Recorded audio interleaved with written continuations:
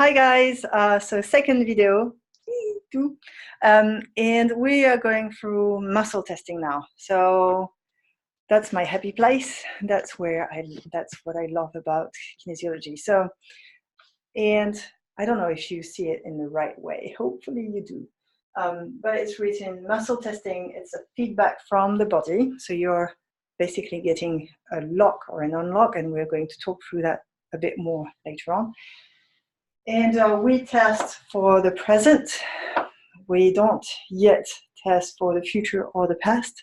And you identify through muscle test any muscular imbalances or energy imbalances. So we're in Touch for Health 1.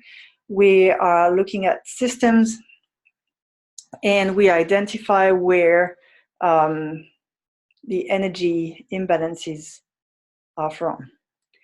And we work it out.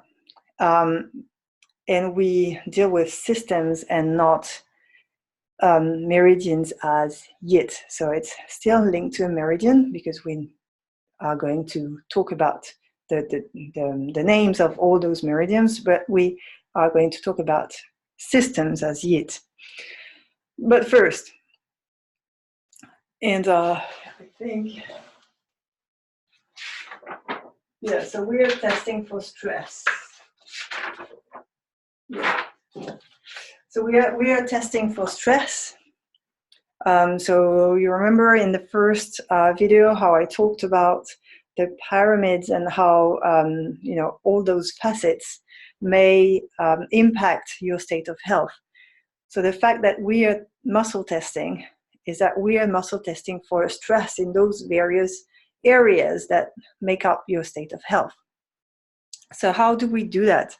We first clear up our system.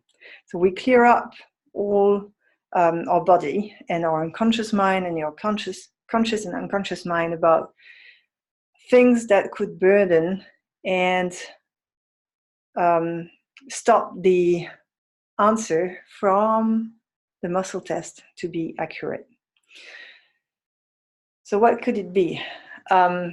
It could be that you're not present, or it could be that you haven't drunk enough, or it could be that you're somehow there's something around in your environment that doesn't work for you, like you've eaten something and you didn't actually know that you've got it's not an allergy, but you're just a bit, it's not the right time to eat milk or drink milk, for instance, and then you're throwing your system out of balance because of this. So all these things that you don't know about, we're going to clear out anyway, because that's what the switch on routine and the clearing test are there for. Clearing tests have to be done every single time you start a balance, and it has to be done by the person receiving the balance and by you, the person doing the balance. Just because sometimes if the answer of the muscle test is not accurate, it can be because of the person you balance, but it also can be because of you as the person giving the balance. So what we want is to do that both at the same time. So what does it mean, clearing test and switching on? So the clearing tests are to be done before a balance. Switch on is a little bit different. So there's one thing that is being added at the end, and it's there to help you during the day. So let's start with that. The switch on routine is there to help you cope with anything that happens during the day. It's like, how sometimes you wake up and you're just like, oh, you're like a light that is not, so it's maybe a 5-watt kind of light, whereas you could be an LED, 1,000-watt kind of light. So when you wake up and you just say, oh, then your light in a way is fading or is very, very tiny, when your happy place should be with that wonderful light around you. Okay? So the switch on routine is just that, is to make you aware that there's a difference between your current light and what you should be doing. What the switch on routine will change in your life, you'll not feel stress anymore. So, example, I used to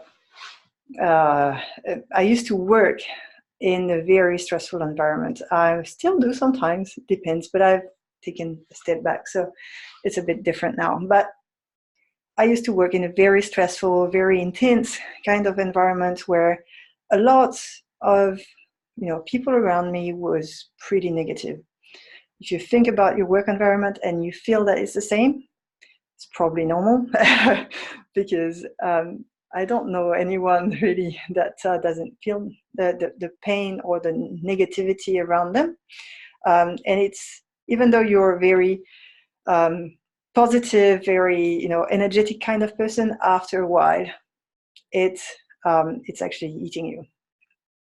So I used to work in that kind of environment, and what I used to do is that I used to do the switch on routine every single time I went to the toilet. Why did I do that? Because it doesn't take much space, and at least in the toilet, I knew that I was going to be alone. I would take some time to ground myself again and put on my light again and go back into the negative, so into the dark somehow, and share my light. So that what you will find doing this, if you're in a very stressful environment when you need to have difficult conversations with people, if you're doing that before, the way you will handle that conversation and the way you will feel during that conversation, or doing the work, for instance, will be completely different. So you will not feel like you're stuck. You will feel like, well, actually, I can cope with it and I can do my best. And if my best is not enough, it's not really my problem. Okay? So that's what it does to you. Switch on routine. So I do encourage you to do it as much as you can, whenever you can, especially if you are in a stressful position right now. Okay? So it starts. How does it start? Let's see if I can do this without too much change in my setup. And so you can see me, right? So you put one hand on your navel and one hand on your collarbone. So you've got two kind of holes over there, and you put two, the index finger and the middle finger and the thumb on the other side. And you just like wriggle, wriggle, wriggle, wriggle, wriggle, wriggle, wriggle. If you're at home and you've got a great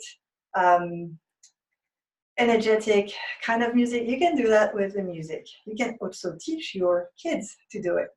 Or you can do it to your kids. I used to do that with my one-day-old baby, up until he started just crawling everywhere. So, but still, I was, managing sometimes to do it. So doing this way, then another way. When you do that, you wake up the left and the right. So you're pushing your light out on the left and on the right. Then, still the hand on the navel, with the bottom lip, top lip, and then you just wriggle, wriggle, wriggle, wriggle again. It doesn't need to happen for like 5 minutes, 10, 30 seconds work. If you feel like changing, that's probably because you need to change. What you're essentially doing, so navel is still, the place of personal power. That's your center of gravity as well. And what you're doing by wriggling the bottom lip, under the bottom lip, so that hole here between the chin and the bottom lip, is you're activating the top of central meridian, who starts from the pubic bone up to the bottom lip. okay? And you're also wriggling the end of the governing meridian, which starts at the sit bone and goes through a straight line spine, along the spine, up above your head, and goes down to here. So you're activating both these meridians, which are really, really important. That's the meridian that drives your chi, your energy, your main life energy, the one that you've been given from the first day of your life. And your direction as well, so what you want to do with your life. So that's why it's important to activate those things. It also activates top and bottom of your area, kind of thing. So you're now pushing your light from that side to that side, okay? Then we do what? We do one hand on your navel again, one hand on your sit bone, and you just give a tiny massage to your sit bone, okay? Then we change. By doing that, we activate the start of the governing meridian, which gives you a sense of direction and more of a bigger picture of what you're doing, okay? And by doing that, you're also pushing the light out in front and out in the back. So you're just like surrounded by light now. So what you're going to do now that this is done is that you're going to give yourself a nice ear massage. But before that, what I would like you to try is first to see the range of movement. So if you turn your head that way, where can you go? Don't push it too much, but where can you go? Up to where is it comfortable going? Then you can go on the other way and try the range of movement again. Now, we are going to give ourselves a nice ear massage.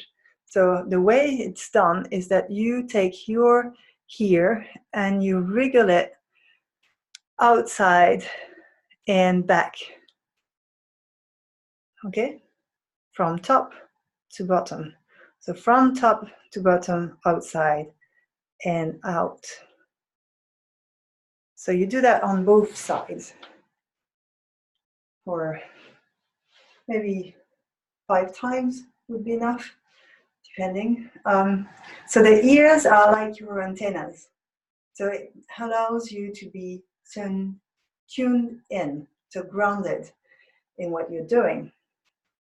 So there's a space between the earth and the sky. You're tuned in at wherever energy is coming up. The other thing that you need to know is that the ears are a reflex area, the same way that the face is a reflex area, your hands are a reflex area, and your feet as well. So and especially in acupuncture, they know that all the points, so all the parts in the body are represented in your ears. So when you're doing a massage of your ears, you're actually giving yourself a full massage of the whole body, and it doesn't take that long. So when you've done that, you can retry again the range of motion. Where can you go? Can you go a little? Can you go farther than you were before? I know I can. And that's the beauty of that massage. It's also a correction that allows you to change a little bit and give you more range of motion. So I'll talk about it in more details when we get to that specific corrections. But know that if you've got a pain in your neck, you can tune in and see how it affects your range of motion in the neck, okay? Now, when we've done that, the third thing that we're going to do is flush the central meridian. So we're just putting the energy as if it was water. So if you're doing ablutions in the morning, like taking water and putting in your face, that's exactly what we're talking about here. It's just that there's no water, So you just want to push up the energy along the central meridian up to the lower lip, okay, from the pubic bone. Fourth thing in the switch on routine is cross crawling. Cross crawling is taking, so that's the left hand for you, and the right knee, and you just tap it.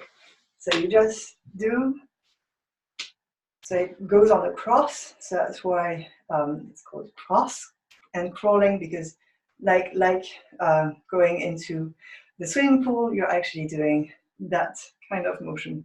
Okay, so it's cross crawling. What happens when, and that's probably the most easy thing that you can do in the toilet, and the one thing that will allow you to have the best day at work. Why is it so? It's just because you can't do that. So what happens in your head when you don't feel like you belong, or you don't feel like you've got confidence enough to do stuff and get there and arrive at whatever you wanted to do, is that you've got your left brain and your right brain, or for you, the left brain is here and the right brain is here. So the left brain, which actually is this one, left brain for you, is interested in all the details. It's loving the details, the analysis, being, you know, they want to know why. The left brain wants to know why it doesn't work, and how much stuff needs to get done to get to the bigger picture.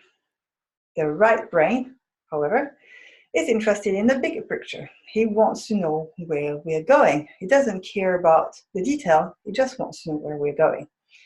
That's the creativity part of your neocortex. It's where solutions are found. The way you realize those solutions is on the left brain. So somehow, to get from the problem to the solution to an actual working solution, you need both right brain and left brain to work together. So you need them to communicate and discuss with each other. So you can't have a line of non-communication, like a wall between those two. But that's essentially what happens, you know, along the way. So that's what your environment does. That's what your feelings do as well, in terms of if you feel like you don't, you've got that imposter syndrome or whatever it is, that makes you uncomfortable, or that you don't feel that you are there and it's correct that you should be there. So you know, there's a lot of things that can happen in your conscious mind that can put a wall between the bigger picture, so what you're trying to achieve, and what needs to be done to get done to do that. So we've got those, and I'm sure you know these people as well. You've got those people that are swimming in the details. They are so much swimming in them that they are actually drowning in them. So that means that they can't see the bigger picture because they are just drowning in the details on all the steps that needs to happen to get there.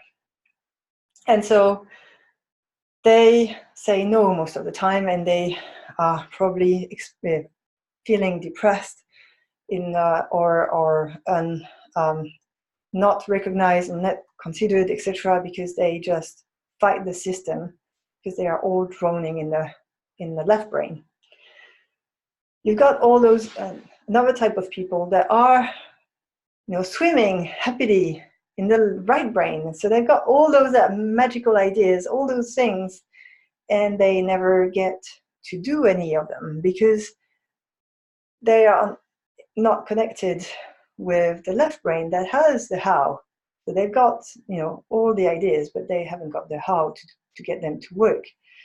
So having that imbalance between those two, having that wall, doesn't allow you to progress in what you're doing. So that's where cross-crawling helps and will change your outlook on life. So get your right brain and your left brain to talk with each other by, you don't need to go as high. It's just to show you because I'm restricted in the video area. So that's the switch on routine.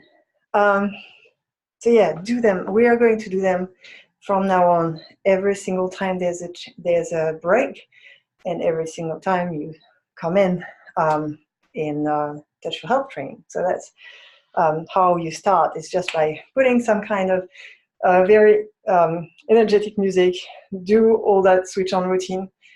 You will learn a few different things throughout Touch for Health, like Tibetan 8 that you can add to that switch on routine, and will make a heck of a lot of a difference in how you see your day.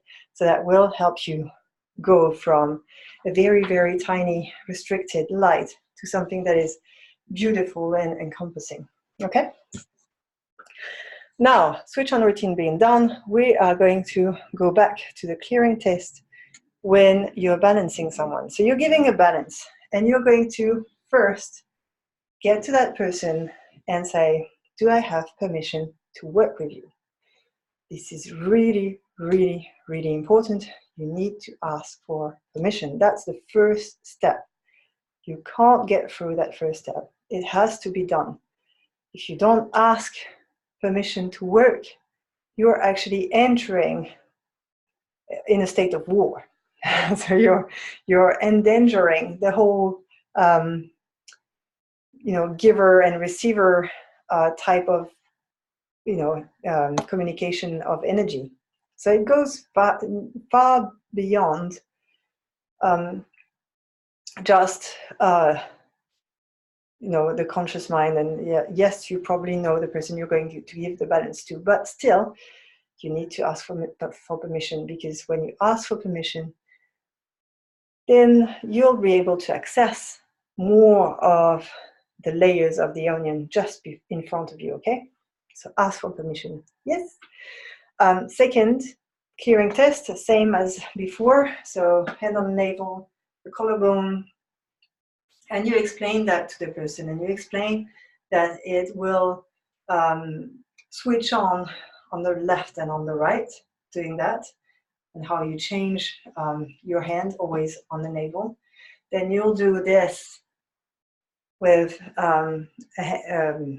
one finger on the bottom lip, one finger on the top lip, and that you're switching on the top and the bottom. And that it's also, if you want to give that much detail, but you don't really need to, you can add the fact that it's at the end of both the central meridian and the governing meridian. And then the third clearing test is one hand on the sit bone, one hand on the navel, and you just give the sit bone a nice massage, both sides, and that will mean that you're switching on in front and back of the body, and that's also giving a nice wriggle to the start of the governing meridian. Okay, all good? Cool.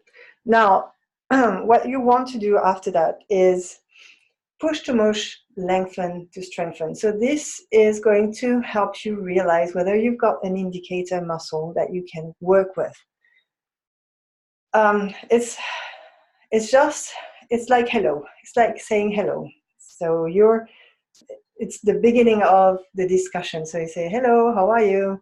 And the person say, oh, I'm good. How are you too? And what's going on in your life, etc., etc. So that's what the push to mush, lengthen to strengthen does to your body.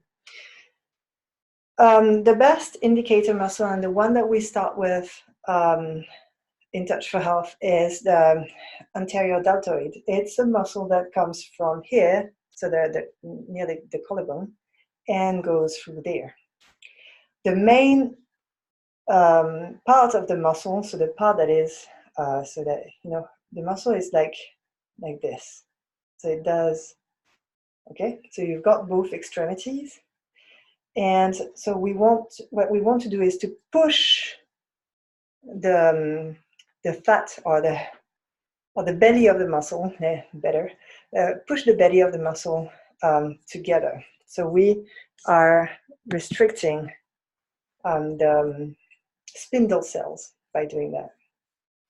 When you restrict the spindle cells, what happens is, like, you know, someone that is at the gym and just pushing and pushing and pushing and pushing and pushing. At some point, the body is very, very well designed to actually send the message to the brain and say, just stop. We can't do that anymore. And by pushing, what essentially a gym guy does is that he pushes the spindle cells together, and that's why they have got those big muscles that you can see in there. They push the spindle cells together, and until they get to a point where the brain receives the message that they should unlock the muscle so that it doesn't get hurt. So that's what you're doing when you're pushing to mush. So it's to push the muscle to get to a total mush. So they can't hold on to anything. It's just mushy, mushy, mushy. Okay. Then you test when you've done this, and you can do it on both sides at the same time. You can take two fingers, put this on your forearm just above the wrist. So you don't push on the hand, you push above the wrist.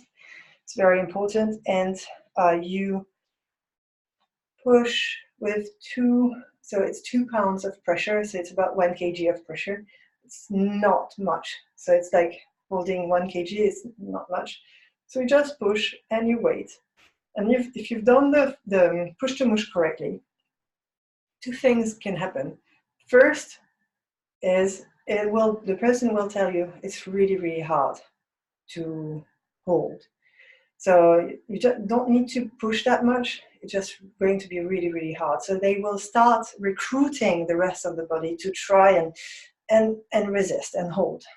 So what you want to tell them is that if it's difficult, just leave it, okay? So they leave it, or they can, without recruiting, they just, it will just go down. Then you lengthen to strengthen. So you go from the middle of the belly of the muscle and you just extend the cells in the muscles. So it's just really like a good stretch of the muscle, okay?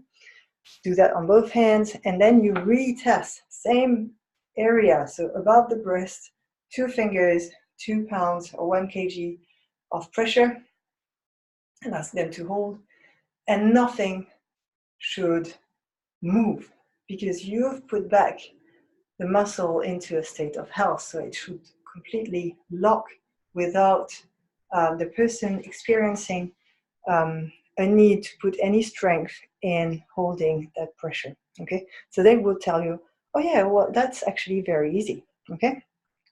So you've got an indicator muscle that speaks to you.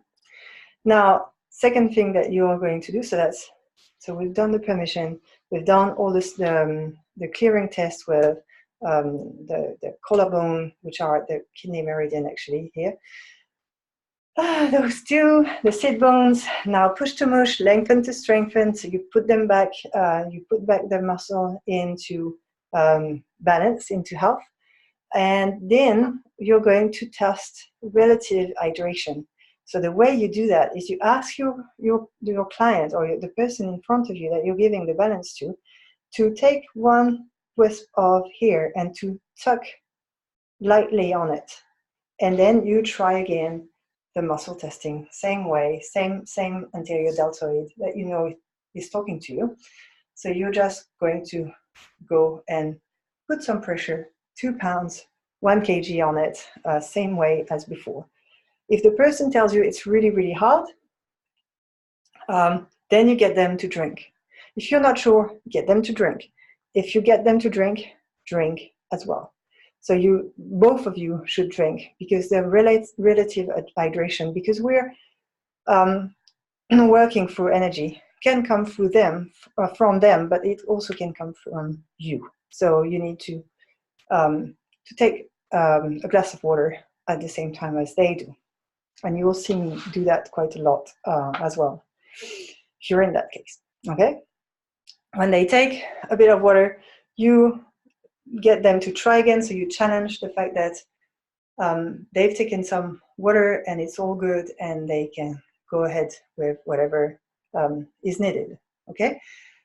If it's still difficult, then that means that they didn't drink enough. For example, the first time I got balance was on my first day of Touch for Health 1, and I thought I was drinking way too much, or at least enough, because I was taking all these teas and all these herbal teas and everything. So I was drinking probably 2.5 liters every single day. The problem is that hydration is for water, and water only. So I was completely dehydrated. So when I was muscle tested for hydration, my anterior deltoid went down, and I had to drink. And then we started again, went down again, had to drink again. And 3 times I had to take water in. So just to let you know, that kind of thing can actually happen, okay? And then the last clearing test is, so you're going to same anterior deltoid, same muscle testing procedure. So you just 2 fingers on top of the wrist and you push down, 2 pounds of pressure. But you're first going to do to wipe up or zip up the central meridian. Try it, it shouldn't move. Whip down the central meridian. By doing that, it should be like the mush, so it should be really difficult to hold because you're actually zipping down.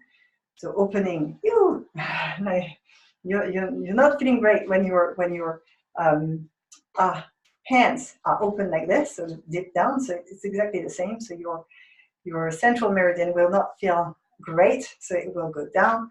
And when you zip up again, you put it back into a state of health and equilibrium, okay?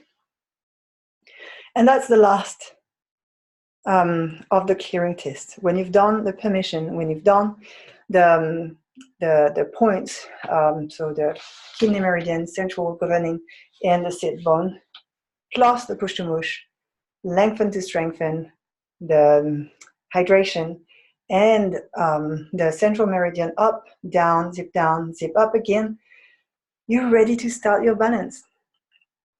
Altogether, when you do it, it will come with practice, etc. It doesn't take much more than 5 minutes to go through all this.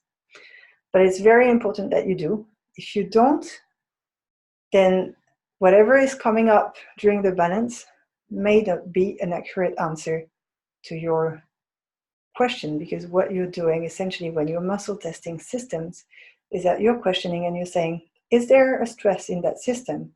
And I will get there. The muscle will answer you, yes, there is stress, when probably there isn't. It's just that because the accuracy tests have not been completely done or accurately done, then you're probably working with a false view on things. It's like someone lying to your face, basically, and you're just trying to help someone that is actually lying in the first place, so it's never going to work in the long run, if you see what I mean, okay? So permission to test, very important. Accuracy, clearing tests. Push to mush, lengthen to strengthen is to have an accurate indicator muscle. For whatever reason, sometimes it doesn't work, so you can use another muscle as indicator muscle. Also, when someone just looks at you and just say, well, no, I don't believe that what you're doing is it's like magic and it doesn't work, you can get them to actually muscle test on themselves so that they can see that it's what you're trying to get them to understand. When you do a balance, and when you do especially the clearing test, what you're essentially doing is you're educating the body and the conscious mind to understand what you want, what you're after. Okay, so it's like a start of a conversation. So you're getting there, and you've got an intention to help support the health of that person, and so you're going to ask a few questions. But you need that person to say hello to you and say nice things first before you can enter whatever you need to do in there. Okay. It's like opening the door. You have to knock first before opening the door. Okay, cool. So that's the second video on what is the clearing test, the switch on routine, and what is going on with muscle testing. Okay. In the third and the fourth, we are going to see so central meridian and the governing meridians and all those systems. So the 5 first systems, and also 2 ways of correcting. So I'll probably do 3 different videos to cover all this. Okay. See you in the next one. Bye. If you've got any question, just hit me up on Facebook. I'll create that Facebook group, and I'm sure it will be done when you see that video. But hit me up with questions. I will answer any of them. Don't feel that there's a stupid question. There's no stupid question. Just ask. Okay. The only stupid question is the one that is not being asked. So yeah, ask question. I'll see you in the next one. Bye.